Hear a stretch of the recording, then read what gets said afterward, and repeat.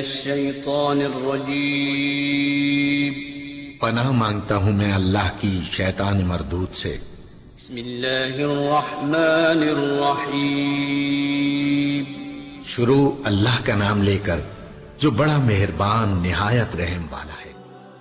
وَاذْكُرُوهُ كَمَا هَدَاكُمْ وَإِن كُنتُم مِّن قَبْلِهِ لَمِنَ الضَّالِّينَ، اور اس کا ذکر اس طرح کرو جس طرح اس نے تمہیں ہدایت کی۔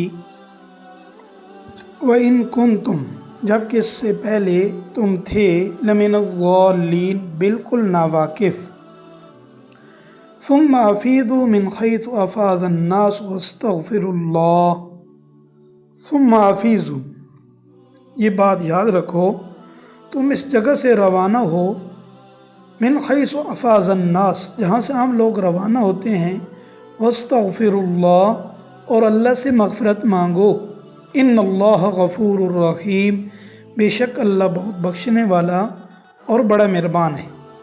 فَإِذَا قَضَيْتُم مَّنَاسِكَكُمْ فَاذْكُرُوا اللَّهَ كَذِكْرِكُمْ آبَاءَكُمْ أَوْ أَشَدَّ ذِكْرًا۔ فَإِذَا قَضَيْتُم، پھر جب تم اپنے حج کے کام پورے کر چکو ہو، مناسککم، جتنے احکام ہیں وہ پورے کر چکو، فَاذْكُرُوا اللَّهَ، تو اللہ کا ذکر اس طرح کرو، كَذِكْرِكُمْ آبَاءَكُمْ، جیسا کہ تم اپنے آباء و اجداد کا ذکر کرتے، او اشد ذکرا، یا اس سے بھی زیادہ ذکر کرو۔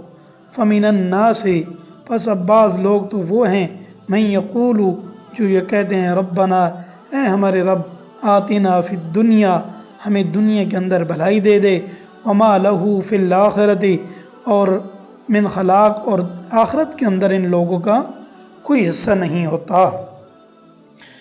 حج کے دوران عرفات سے آ کر مزدلفہ میں رات گزاری جاتی اور اگلی صبح طلوع آفتاب سے پہلے وقوف کیا جاتا، جس میں اللہ کا ذکر اور دعائیں مانگی جاتی۔ جاہلیت میں بھی اہل عرب اللہ کا ذکر تو کرتے، مگر اس کے ساتھ اپنے دیوتاؤں کا ذکر بھی شامل کرتے۔ بتایا یہ جا رہا ہے کہ مومن ذکر خالص اللہ تعالیٰ کے لیے ہونا چاہیے۔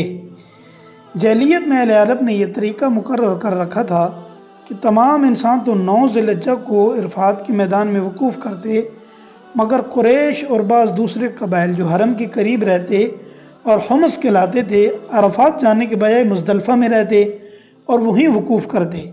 ان کا کہنا یہ تھا کہ ہم حرم کے مجاور ہیں، ہم حرم کے مجاور ہیں، اس لیے ہم ادھر نہیں جائیں گے، ادھر تو عام لوگ جاتے ہیں۔ تو ان کا چونکہ حدود حرم سے باہر ہے، اس لیے ہم وہاں نہیں جاتے۔ نتیجہ یہ کہ عام لوگوں کو نامی تاریخ کا دن عرفات میں گزارنے کے بعد رات کو مزدلفہ کے لیے روانہ ہونا پڑتا، مگر قریش وغیرہ شروع سے مزدلفہ میں ہوتے، ان کو عرفات سے آنا نہیں پڑتا تھا۔ اس آیت نے یہ رسم ختم کر دی، قریش کے لوگوں کو بھی یہ حکم دیا کہ وہ عام لوگوں کے ساتھ عرفات میں وقوف کریں اور انہی کے ساتھ روانہ ہو کر مزدلفہ آئیں۔ اور جاہلیت میں ایک طریقہ یہ تھا کہ حج کے بنیادی ارکان سے فارغ ہو کر جب مینا میں جمع ہوتے تو بعض لوگ ایک پورا دن اپنے آباء و اجداد کی تعریفیں کرنے اور ان کے کارنامے بیان کرنے میں گزارتے تھے۔ یہ سارا اس رسم کی طرف ہے کہ بعض لوگ دعائیں تو مانگتے ہیں، مگر چونکہ وہ آخرت کے قائل نہیں تھے، اس لیے ان کی دعا صرف دنیا کی بہتری تک محدود ہوتی۔ اگلے جملے میں بتایا کہ مومن کو دین و آخرت دونوں کی بھلائی مانگنی چاہیے۔ اللہ